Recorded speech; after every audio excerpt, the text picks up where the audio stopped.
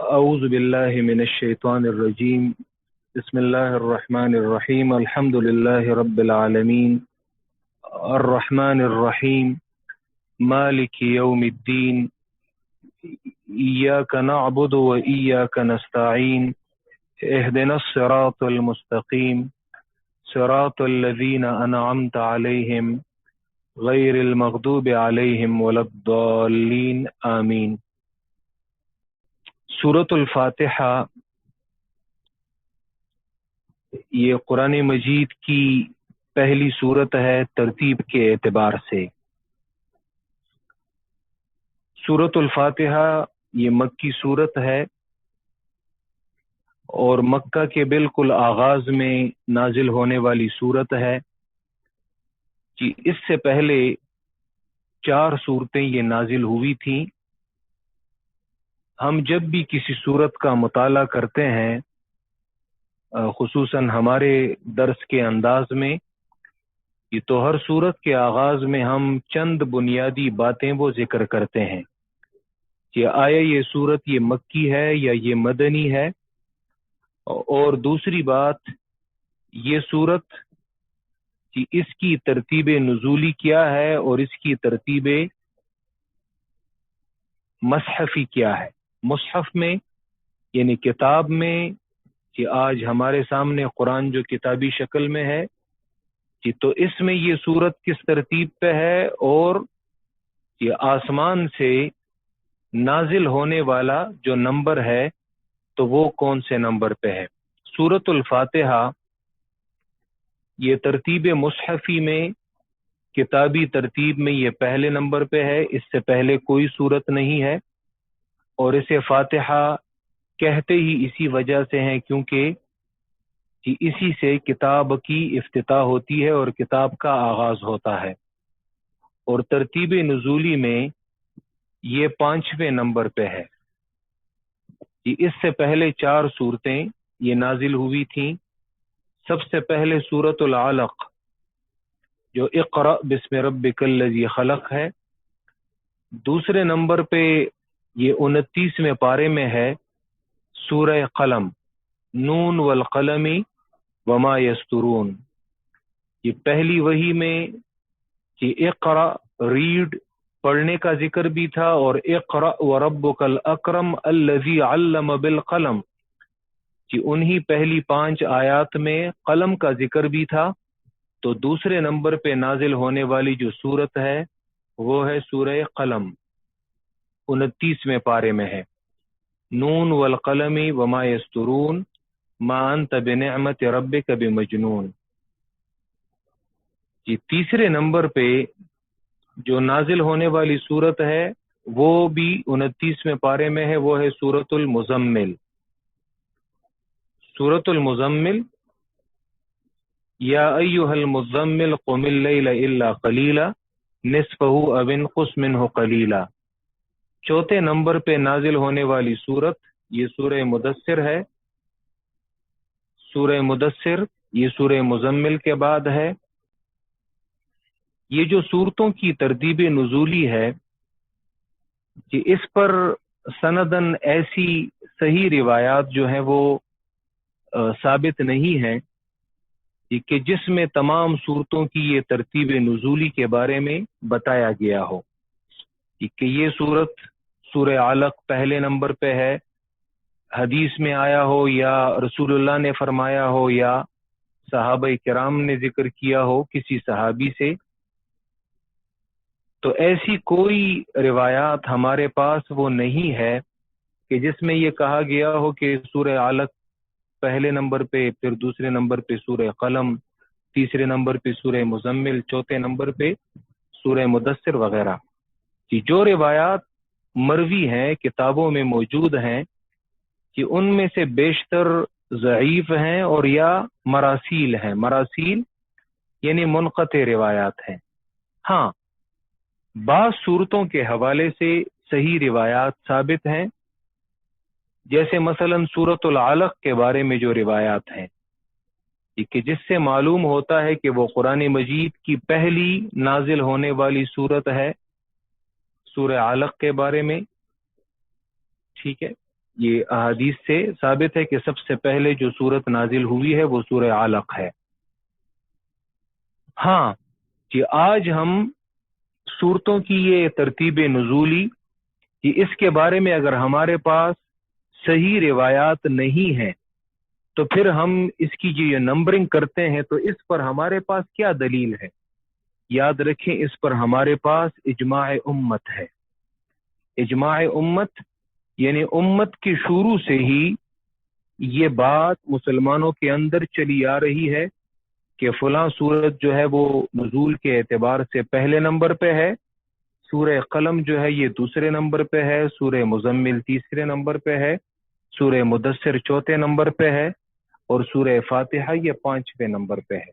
ٹھیک ہے، یہ تو اس پر ہمارے پاس اجماع امت ایک تواتر کے ساتھ اور ایک کنٹینیوسلی اجماع جو ہے امت کا اس پہ چلا آ رہا ہے۔ تو اجماع امت ایک مستند دلیل ہے اور وہ بذات خود ایک دلیل ہے۔ اس پر اور بھی گفتگو کی جا سکتی ہے لیکن اتنا کافی ہے۔ کہ تو سورہ فاتحہ یہ سورہ مدثر کے بعد 5ویں نمبر پر نازل ہونے والی یہ سورت ہے۔ سورہ فاتحہ کی بہت ساری فضیلتیں، اس کے بہت سارے فضائل صحیح احادیث میں یہ مروی ہیں اور یہ وارد ہیں کہ یاد رکھیں سورتوں کے جو فضائل ہیں، فضائل کے حوالے سے بہت کم صورتیں ایسی ہیں کہ جن کے بارے میں کہ احادیث میں صحیح روایات وہ آئی ہیں۔ مثلا سورہ الفاتحہ ان میں سے ایک صورت ہے کہ جس کی فضیلت میں صحیح روایات، سندن صحیح روایات وارد ہیں۔ سورۃ الاخلاص ہے کہ جس کی فضیلت میں صحیح روایات وارد ہیں۔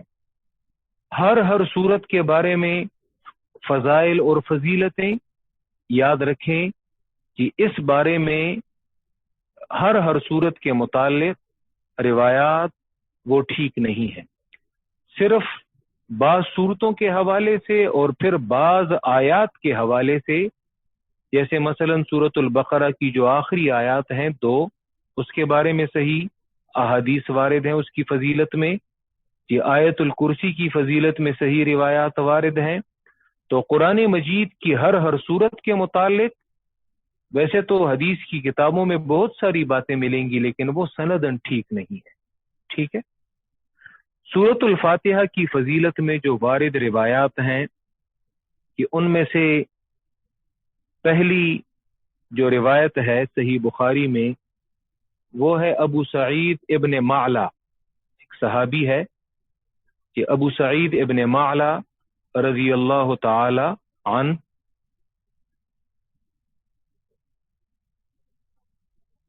کہ ابو سعید ابن معلا فرماتے ہیں، یہ صحیح بخاری کی روایت ہے کہ ابو سعید ابن معلا صحیح بخاری میں حدیث نمبر 4474 کہ امام بخاری نے باب ما جاء فی فاتحۃ الکتاب عنوان باندھا ہے کہ فاتحۃ الکتاب کے بارے میں سورہ فاتحہ کے متعلق جو احادیث وارد ہیں، تو ان میں ایک روایت ابو سعید ابن معلا کی روایت ہے۔ فرماتے ہیں میں مسجد نبوی میں نماز پڑھ رہا تھا کہ رسول اللہ صلی اللہ علیہ وسلم نے مجھے طلب فرمایا، لیکن میں نے نماز پڑھنے کی وجہ سے جواب نہ دیا، حالانکہ وہ مجھے بلا رہے تھے لیکن میں چونکہ نماز میں مشغول تھا تو اسی وجہ سے میں جواب نہ دے سکا۔ نماز سے فارغ ہونے کے بعد جب حاضر ہوا اور عرض کیا کہ اے اللہ کے رسول صلی اللہ علیہ وسلم، میں نماز میں تھا اس لیے حاضری ہونے میں تاخیر ہوئی، تو آپ صلی اللہ علیہ وسلم نے فرمایا کیا اللہ تعالیٰ نے یہ حکم نہیں دیا کہ اللہ اور رسول کے حکم کو قبول کرو جب وہ تمہیں اس چیز کی طرف بلائیں جو تمہیں زندگی دیتا ہے؟ یہ سورہ انفال میں یہ حکم آ جائے گا، یا ایھا الذین آمنوا استجیبوا للہ وللرسول اذا دعاکم لما یحییکم۔ کیا تو اللہ تعالیٰ نے یہ حکم نہیں دیا قرآن میں کہ جب اللہ اور اس کے رسول اس کے حکم کو قبول کرو جب وہ تمہیں اس چیز کی طرف بلائیں جو تمہیں زندگی بخشتا ہے۔ پھر آپ صلی اللہ علیہ وسلم نے ارشاد فرمایا کہ اس سے پہلے کہ تم مسجد سے نکلو میں تم کو قرآن مجید کی ایسی صورت بتاتا ہوں جو سب سے عظیم صورت ہے، جو سب سے عظیم صورت ہے۔ لَأُعَلِّمَنَّكَ سُورَةً هِيَ أَعْظَمُ سُورَةٍ فِي الْقُرْآنِ، میں تمہیں ایسی صورت کی تعلیم دیتا ہوں، بتاتا ہوں جو قرآن میں سب سے اعظم صورت ہے، عظیم صورت ہے۔ پھر آپ صلی اللہ علیہ وسلم نے میرا ہاتھ پکڑا اور باہر جانے لگے، تو جیسے ہی ہم مسجد سے نکل رہے ہیں تو میں نے یاد دہانی کراتے ہوئے کہا کہ کیا آپ صلی اللہ علیہ وسلم نے نہیں فرمایا تھا کہ مجھے قرآن مجید کی سب سے عظیم صورت کے بارے میں بتائیں گے؟ تو اللہ کے رسول نے ارشاد فرمایا کہ وہ سورۃ الفاتحہ ہے، اور پھر اس کے بعد آپ نے سورۃ الفاتحہ کے ایک دو نام اور بھی بتائے کہ وہ سورۃ الفاتحہ ہے جو 7 مثانی ہے، یہ انشاءاللہ ناموں میں ہم ذکر کریں گے کہ وہ سورۃ الفاتحہ ہے جو 7 مثانی ہے، اور یہ وہ قرآن عظیم ہے جو مجھے دیا گیا ہے۔ یعنی سورہ فاتحہ کی الگ سے یہ سورت جو 7 آیات پر مشتمل ہے، اسے اللہ کے رسول نے قرآن میں قرآن عظیم کہا ہے، یعنی الگ سے یہ سورت قرآن عظیم ہے۔ وجہ یہ ہے کہ یہ سورہ فاتحہ پورے قرآن کا نچوڑ اور خلاصہ ہے، اور اسی لیے اسے آغاز میں ذکر کیا گیا ہے۔ یہ پہلی روایت تھی۔ دوسری روایت یہ ابی بن کعب رضی اللہ تعالیٰ عنہ فرماتے ہیں کہ اور ابی بن کعب رضی اللہ تعالیٰ عنہ یہ وہ انصاری صحابی ہیں مدینہ منورہ کے رہنے والے جن کو قارئ هذه الامہ، اس امت کا قاری کہا جاتا ہے، ٹھیک ہے۔ اور اللہ کے رسول صلی اللہ علیہ وسلم بھی فرماتے تھے کہ جو شخص تم میں سے قرآن پڑھنا چاہے تو وہ چاہے کہ وہ ابی بن کعب سے قرآن پڑھے، اور یہی وجہ ہے کہ یہ اس امت کے قاری تھے۔ رسول اللہ نے 3 دن 3 راتیں تراویح پڑھی تھیں، اور پھر امت پر فرض ہو جانے کے ڈر سے آپ نے اسے چھوڑ دیا تھا۔ تراویح پر انشاءاللہ ہم مستقل گفتگو کریں گے کہیں جا کر کہ آیا وہ 8 ہیں 20 ہیں کیا ہیں، 20 رکعت تراویح ہے۔ اور پھر حضرت عمر رضی اللہ تعالیٰ عنہ نے اپنے دور میں جب انہوں نے دیکھا کہ ہر کوئی مسجد میں کہ کوئی اکیلے تراویح پڑھ رہا ہے، کوئی 4-5 افراد کی جماعت جو ہے وہ تراویح پڑھ رہی ہے، تو آپ نے ساروں کو 20 رکعت تراویح پر جمع کیا اور ابی بن کعب کو اس کا امام مقرر کیا، کیونکہ یہ اس امت کے قاری ہیں۔ یہ ابی بن کعب رضی اللہ تعالیٰ عنہ فرماتے ہیں رسول اللہ صلی اللہ علیہ وسلم نے انہیں پکارا اور وہ نماز پڑھ رہے تھے، بالکل وہی وہ ابو سعید ابن معلا اسی کی طرح روایت یہاں پہ بھی ہے کہ انہیں پکارا اور وہ نماز پڑھ رہے تھے۔ جب وہ نماز سے فارغ ہوئے تو آپ صلی اللہ علیہ وسلم سے جا کر ملے۔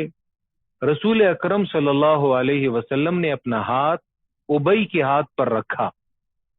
یہ تعلیم کے مختلف انداز ہیں کہ اس سلسلے میں اگر آپ ایک کتاب کا مطالعہ کریں، رسول اللہ صلی اللہ علیہ وسلم بحیثیت معلم کہ اللہ کے پیغمبر کا بحیثیت معلم ان کا کیا انداز تھا، وہ کون سے طریقے تھے کہ ان کی تعلیم میں وہ اثر تھا، وہ تربیت تھی کہ انہوں نے عربوں کے اس جاہلیت کے معاشرے کی کایا پلٹ دی، انقلاب لے آئے۔ وجہ یہ ہے کہ انہوں نے تعلیم کے ایسے ایسے انداز انہوں نے بتائے ہیں کہ وہ ایک مؤثر انداز تھے۔ اب ایک شاگرد کے ساتھ دیکھیں کہ ان کا کیا رویہ تھا اور کیا تعلق تھا۔ رسول اللہ صلی اللہ علیہ وسلم نے اپنا ہاتھ ابی کے ہاتھ پر رکھا اور وہ مسجد کے دروازے سے نکل رہے تھے، سو آپ صلی اللہ علیہ وسلم نے فرمایا مجھے امید ہے کہ تم مسجد نکلنے سے پہلے ہی ایسی صورت کے بارے میں جان جاؤ گے کہ نہ تورات میں، نہ انجیل میں، اور نہ قرآن مجید میں اس جیسی دوسری صورت نازل ہوئی ہے۔ کہ ابئی کہتے ہیں میں امید کیے ٹہر ٹہر کر چلنے لگا کہ مسجد نکلنے سے پہلے ہی اللہ کے پیغمبر، یہ ان کی حرص تھی علم کو حاصل کرنے کے لیے۔ آج افسوس یہ ہے کہ استاد بھی جان چھڑانا چاہتا ہے سبق پڑھانے سے، اور شاگرد جو ہے وہ بھی جی چراتا ہے اور وہ سبق نہیں پڑھتا۔ لیکن حرص جن لوگوں کی ہو، تو میں امید کیے ٹہر ٹہر کر چلنے لگا اور کہا اے اللہ کے رسول صلی اللہ علیہ وسلم، وہ صورت جس کا آپ نے مجھ سے وعدہ کیا تھا۔ اب دیکھیں شاگرد کی وہ پیاس دیکھیں، استاد نے ایک مرتبہ بات کی ہے لیکن ابھی انہوں نے وہ بات نہیں بتائی، تو شاگرد ان کی بھی وہ پیاس جو ہے وہ بھی بجھی نہیں ہے، اور وہ اس بات کے منتظر ہیں کہ کب وہ یہ بات مجھے بتائیں۔ وہ صورت جس کا آپ نے مجھ سے وعدہ کیا تھا، تو آپ صلی اللہ علیہ وسلم نے فرمایا کہ تم نماز کے آغاز میں کیا پڑھتے ہو؟ ابی بن کعب نے فرمایا میں الحمدللہ رب العالمین وہ آخر تک پڑھتا ہوں۔ رسول اللہ صلی اللہ علیہ وسلم نے فرمایا یہی وہ صورت ہے جو نہ تورات میں، نہ انجیل میں، اور نہ قرآن مجید میں اس جیسی دوسری صورت وہ نازل ہوئی ہے، اور یہ 7 مثانی اور قرآن عظیم ہے جو مجھے دیا گیا ہے۔ کہ ابی بن کعب کی یہ روایت، یہ موطا مالک میں، جو بخاری سے پہلے امام مالک نے احادیث کا یہ مجموعہ تیار کیا ہے، ہمارے کورس میں ماسٹر کے کورس میں موطا محمد ہے جو امام مالک کے شاگرد ہیں، الحمدللہ چند سالوں سے یہی میں بھی پڑھا رہا ہوں موطا محمد۔ تو یہ موطا مالک کی روایت ہے، کتاب الصلاۃ باب ما جاء فی ام القرآن، سورہ فاتحہ کا ایک نام ہے ام القرآن، حدیث نمبر 37۔ ابی بن کعب رضی اللہ تعالی عنہ کی یہ روایت۔ تیسری روایت سورہ فاتحہ کی فضیلت میں، حسن بصری تابعین میں سے ہیں، اور المتوفا 110 ہجری میں ان کا انتقال ہوا ہے۔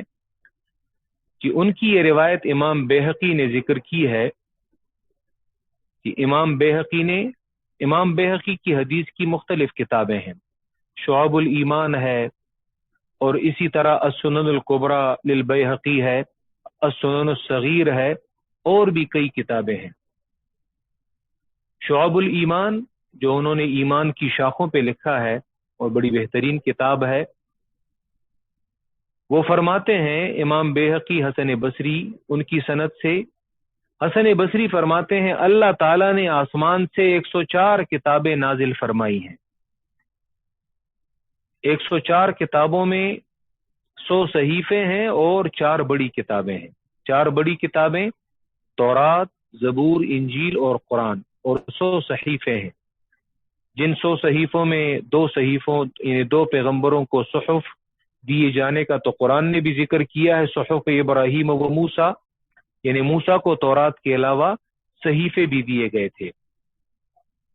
کہ اللہ تعالیٰ نے آسمان سے 104 کتابیں نازل فرمائی ہیں، اور ان ساری کتابوں کے علوم کو 4 کتابوں میں جمع فرمایا ہے، تورات، انجیل، زبور اور قرآن۔ پھر ان 4 کتابوں کے علوم کو قرآن مجید میں جمع کیا ہے، اور قرآن مجید کے علوم کو مفصل میں جمع کیا ہے۔ مفصل یہ جو آخری 10 ہے تو ان میں یہ صورتیں یہ آتی ہیں، تو قرآن مجید کے علوم کو مفصل میں جمع کیا ہے، اور مفصل کے علوم کو سورۃ الفاتحہ میں جمع کیا ہے۔ گویا سورۃ الفاتحہ کی تفسیر سمجھنا تمام آسمانی کتابوں کی تفسیر سمجھنے کے مترادف ہے۔ کہ امام بیہقی وہ فرماتے ہیں یہ فمن علم تفسیرها کان کمن علم تفسیر جمیع کتب اللہ المنزلہ، جو شخص سورہ فاتحہ کی تفسیر سیکھے کانا تو یہ ایسے ہے کمن عالم تفسیرا جمیع کتب اللہ المنزلہ، کہ وہ ایسے ہے جیسے تمام نازل کردہ اللہ کی کتابوں کی تفسیر کو وہ سمجھ جائے۔ سورہ فاتحہ یہ اتنی قیمتی سورت ہے۔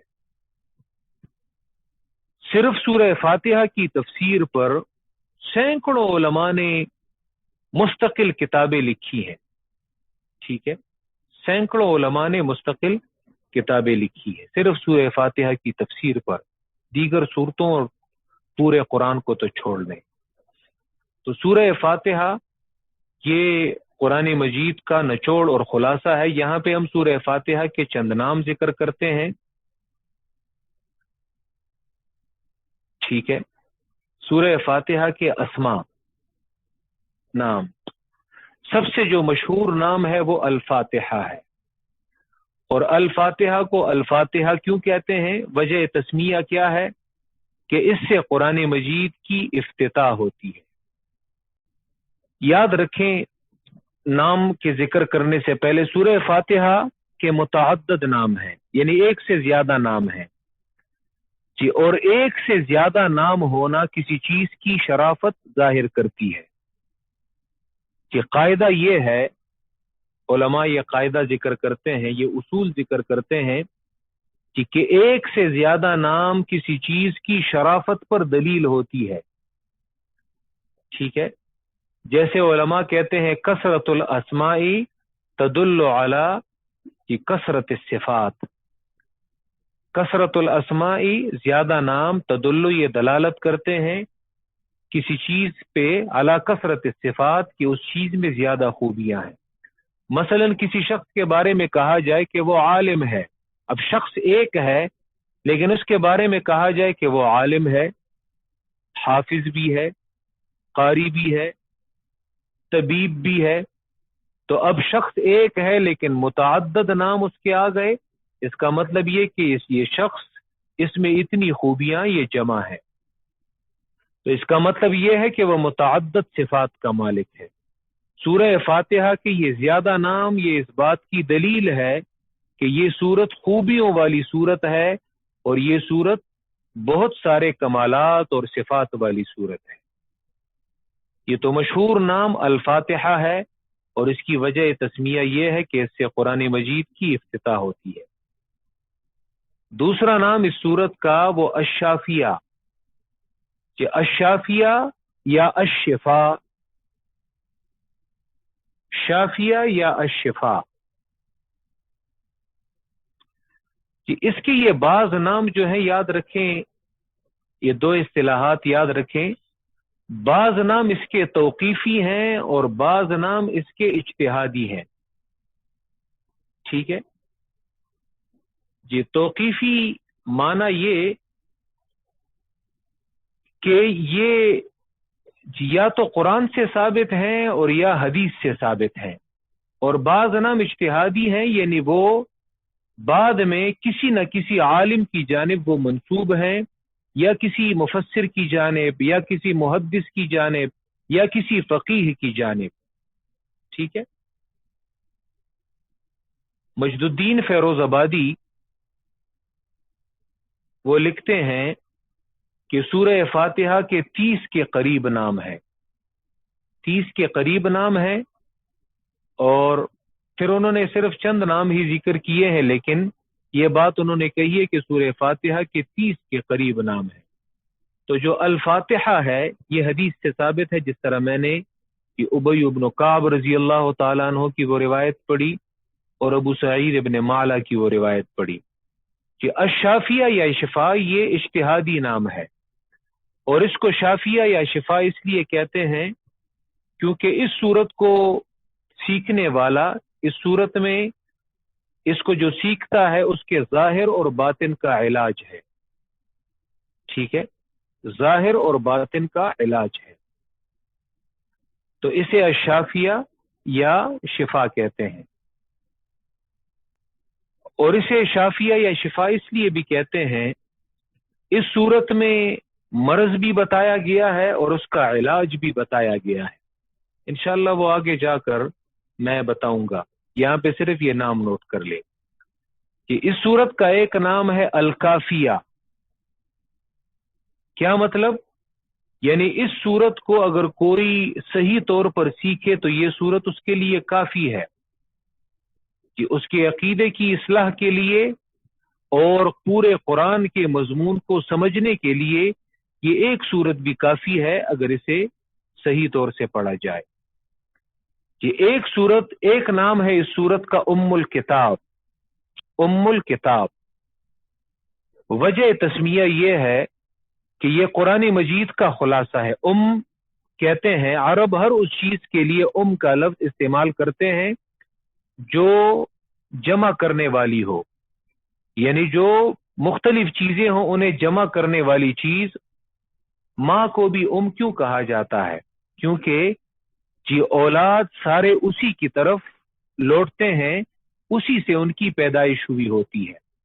مکہ کو ام القریٰ کہتے ہیں اس وجہ سے کہ زمین یہیں سے پھیلائی گئی ہے، اور یا ام القریٰ ساری دنیا کے لوگ یہیں پہ آ کر اس مرکز کی جانب جمع ہوتے ہیں. اسی طرح ام الرأس دماغ کے اس پردے کو کہا جاتا ہے جس کے اندر دماغ لپیٹا ہوا ہوتا ہے اور وہ پردہ اسے منتشر اور پھیلنے سے روکتا ہے، تو اس پردے کو ام الرأس کہتے ہیں. اسی طرح ام الجیش یہ اس جھنڈے کو کہا جاتا ہے جس کے نیچے لشکر جمع ہوتا ہے. تو ہر وہ چیز جو چیزوں کو، منتشر چیزوں کو جمع کرنے والی ہو تو اسے کہتے ہیں. سورہ فاتحہ کو ام الکتاب کہتے ہیں. وجہ یہ ہے کہ یہ پورے قرآن مجید کے خلاصے کو جمع کرنے والی سورت ہے. سورہ فاتحہ نے قرآن کے تمام اصول، مقاصد، ان کو مختصر انداز میں اور مختصر الفاظ میں ذکر کیا ہے، اسی لیے اسے ام الکتاب کہا جاتا ہے. اسی لیے اسے ام الکتاب یہ کہا جاتا ہے. علماء کہتے ہیں فَجَمِيعُ مَا أَوْضَعَهَا مِنَ الْعُلُومِ مَجْمُوعٌ فِي هَذِهِ السُّورَةِ فَهِيَ أَصْلٌ لَهَا كَالْأُمِّ لِلْطِفْلِ.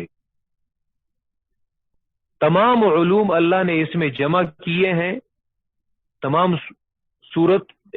تمام علوم اس ایک صورت میں جمع کیے گئے ہیں. تو یہ ایسا ہے جیسے بچوں کے لیے اس کی ماں جو ہے وہ اصل ہوتی ہے اور اسی سے ان کی پیدائش ہوئی ہوتی ہے. یہ پانچواں نام ہے السبع المثانی، جیسے اس حدیث میں تھا ابو سعید ابن معلا اور ابی بن کعب دونوں کی روایت. اب یہ نام توقیفی ہے. توقیفی کیونکہ یہ اللہ کے رسول سے ثابت ہے، بلکہ قرآن سے بھی یہ ثابت ہے. یہ قرآن مجید سے یہ نام سورہ حجر آیت نمبر 87 سے ثابت ہے. وَلَقَدْ آتَيْنَاكَ سَبْعًا مِّنَ الْمَثَانِي. اب سورہ فاتحہ کی فضیلت کو آپ دیکھیں، یہ قرآن مجید نے خود اس کا تذکرہ دوسری صورت میں کیا ہے. سورہ حجر آیت نمبر 87 اور صحیح بخاری کی ان روایات سے بھی ثابت ہے. یہ وہ 7 آیات ہیں کہ جن کے مضامین قرآن مجید میں بار بار ذکر کیے جاتے ہیں. السبع المثانی وہ 7 آیات کہ جن کے مضامین قرآن مجید میں بار بار ذکر کیے جاتے ہیں. ٹھیک ہے. یا علماء نے اس کی اور بھی وجہ وہ ذکر کی ہے کہ یہ وہ 7 آیات ہیں جو ہر نماز کی ہر رکعت میں بار بار پڑھی جاتی ہیں، اور یقیناً ہر نماز کی ہر رکعت میں یہ سورت پڑھی جاتی ہے السبع المثانی. چھٹا نام ہے اس سورت کا الوافیہ. وافیہ پورا، ایسی سورت جس نے قرآن مجید کے تمام مضامین کو گھیرا ہو، پورا گھیرا ہو. وہی وہ خلاصے کا جو آنسر ہے وہ یہاں پہ بھی ہے کہ اس کا ایک نام ہے سورۃ الصلاۃ، وہ سورت جو نماز میں پڑھی جاتی ہے، اور یہ نام بھی توقیفی ہے. صحیح مسلم میں سیدنا ابو ہریرہ رضی اللہ تعالیٰ عنہ سے یہ روایت ثابت ہے، اور وہ حدیث قدسی ہے. حدیث قدسی وہ ہوتی ہے کہ جس میں رسول اللہ صلی اللہ علیہ وسلم کہ اللہ کی جانب نسبت کرتے ہیں کہ اللہ نے فرمایا، قال اللہ تعالی، تو رسول اللہ فرماتے ہیں، حدیث قدسی ہے، اللہ فرماتے ہیں کہ قسمت الصلاۃ بینی و بین عبدی نصفین، میں نے نماز کو، یہاں پہ سورہ فاتحہ کا نام نماز، قسمت الصلاۃ، میں نے نماز کو اپنے اور اپنے بندے کے درمیان یہ آدھا آدھا تقسیم کیا ہے۔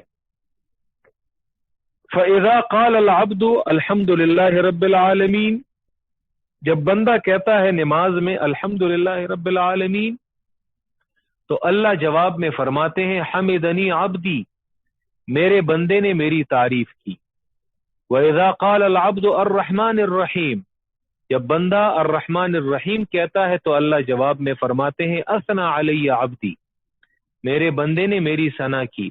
وَإِذَا قَالَ الْعَبْدُ مَالِكِ يَوْمِ الدِّينِ، تو اللہ جواب میں فرماتے ہیں مجدنی عبدی، میرے بندے نے مجھے بزرگ جانا اور مجھے برتر جانا۔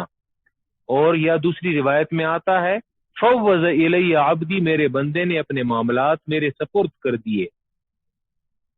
وَإِذَا قَالَ الْعَبْدُ إِيَّاكَ نَعْبُدُ وَإِيَّاكَ نَسْتَعِينُ، اللہ جواب میں فرماتے ہیں هَذَا بَيْنِي وَبَيْنَ عَبْدِي وَلِعَبْدِي مَا سَأَلَ، یہ میرے اور میرے بندے کے درمیان ہے، اور میرا بندہ جو مانگتا ہے تو وہ اسے دیا جائے گا۔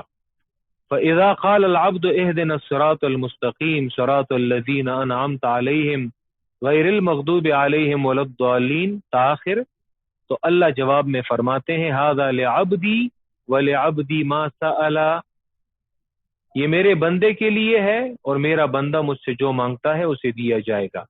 یہ صحیح مسلم کی روایت ہے، حدیث نمبر 395۔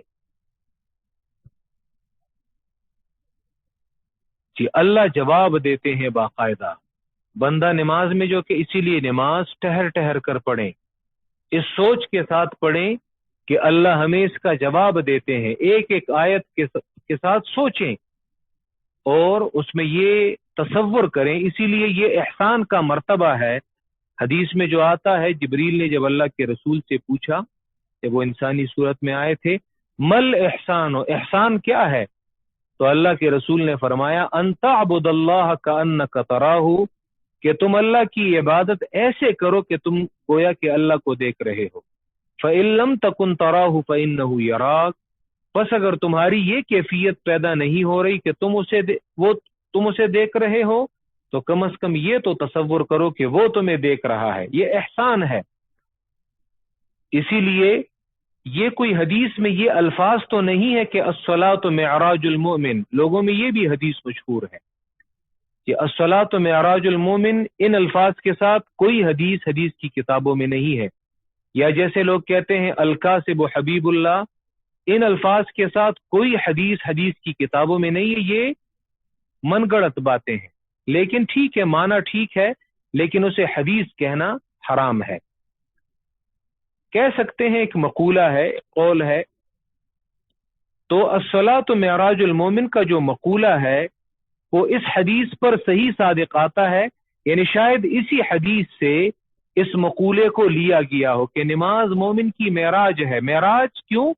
کیونکہ معراج میں اللہ کے رسول وہ اللہ سے ہم کلام ہوئے تھے، اور نماز جو ہے یہ اللہ سے ہم کلامی کا ذریعہ ہے۔ نماز یہ اللہ کے ساتھ ہم کلام ہونے کا ذریعہ ہے۔ بندہ ایک آیت کہتا ہے تو اللہ جواب دیتا ہے، بندہ الرحمن الرحیم کہتا ہے اللہ جواب دیتا ہے، بندہ مالک یوم الدین کہتا ہے اللہ جواب دیتا ہے۔ تو اب جو شخص ایسے رفتار سے وہ نماز پڑھتا ہو کہ نہ اس کا رکوع معلوم ہو نہ اس کا قیام معلوم ہو، اور بالکل وہ ایک مرغے کی طرح وہ دانہ اچکتا ہو، اور صرف وہی اچکنے کے انداز میں، یعنی چند لمحوں میں اور چند سیکنڈز میں وہ اپنی پوری نماز کو ختم کر دیتا ہے، تو اللہ اسے خاک جواب دے گا، کیونکہ وہ اس نیت سے نماز پڑھ ہی نہیں رہا۔ کہ اسی لیے روایات میں آتا ہے علامہ ابن تیمیہ نے ان روایات کو ذکر کیا ہے. ایک شخص وہ نماز میں اپنی داڑھی کے ساتھ وہ کھیل رہا تھا. بہت سے لوگ ہیں، کوئی ناک کے ساتھ کھیل رہا ہوتا ہے، تو کوئی عورت جو ہے وہ اپنے دوپٹے کے ساتھ کھیل رہی ہوتی ہے، اور کوئی داڑھی کے ساتھ کھیل رہا ہوتا ہے، اور کوئی وہ کیا کام کر کوئی اپنے آپ کو کھجا رہا ہوتا ہے. تو یہ تمام ایک شخص، انہیں اللہ کے رسول نے نماز میں دیکھا کہ وہ داڑھی کے ساتھ کھیل رہے ہیں. تو کہ اللہ کے رسول صلی اللہ علیہ وسلم نے فرمایا لو خشع قلبہ لخشعت جوارحہ، کہ اگر اس کے دل میں خشوع ہوتا تو اس کے اعضاء میں بھی خشوع ہوتا. اس کے دل میں اللہ کا ڈر نہیں ہے، اس کے دل میں خشوع نہیں ہے، اور اسی وجہ سے اس کے جوارح اور اس کے جو اعضاء ہیں اور اندام ہیں ان میں بھی وہ خشوع کی جھلک وہ نمایاں نہیں ہے. اسی طرح نماز ایسے انداز میں پڑھی جائے، حدیث میں آتا ہے، بخاری کی حدیث میں یہ الفاظ آتے ہیں کہ ان المصلی یناجی ربہ، نماز پڑھنے والا اپنے رب کے ساتھ مناجات کرتا ہے، سرگوشی کرتا ہے. لوگوں کی یہ نمازیں کیوں اس میں وہ روح نہیں ہے؟ وجہ یہ ہے کہ لوگ ساہون بنے ہوئے ہیں. لوگوں کی نمازوں میں وہ طاقت نہیں ہے، لوگ اسے سمجھتے نہیں ہے کہ ہم نماز میں پڑھ کیا رہے ہیں. تو اسی لیے سورہ فاتحہ کا ایک نام ہے سورۃ الصلاۃ، یعنی وہ سورت جو نماز میں بار بار پڑھی جاتی ہے. کہ آج میں نے سورہ فاتحہ کے چند فضائل اور سورہ فاتحہ کے چند فضائل پر مشتمل جو روایات تھی وہ میں نے ذکر کی، اور سورہ فاتحہ کے جو 7 نام تھے وہ میں نے ذکر کیے. انشاءاللہ بعض نام میں کل ذکر کروں گا، اور یہ جو ابتدائی باتیں ہیں پھر اس کے بعد انشاءاللہ ہم مقصد کی جانب آئیں گے اور سورت کے ترجمے اور تفسیر کی جانب ہم آئیں گے رفتہ رفتہ. کہ اقول قولی ھذا استغفر اللہ لی ولکم ولسائر المسلمین.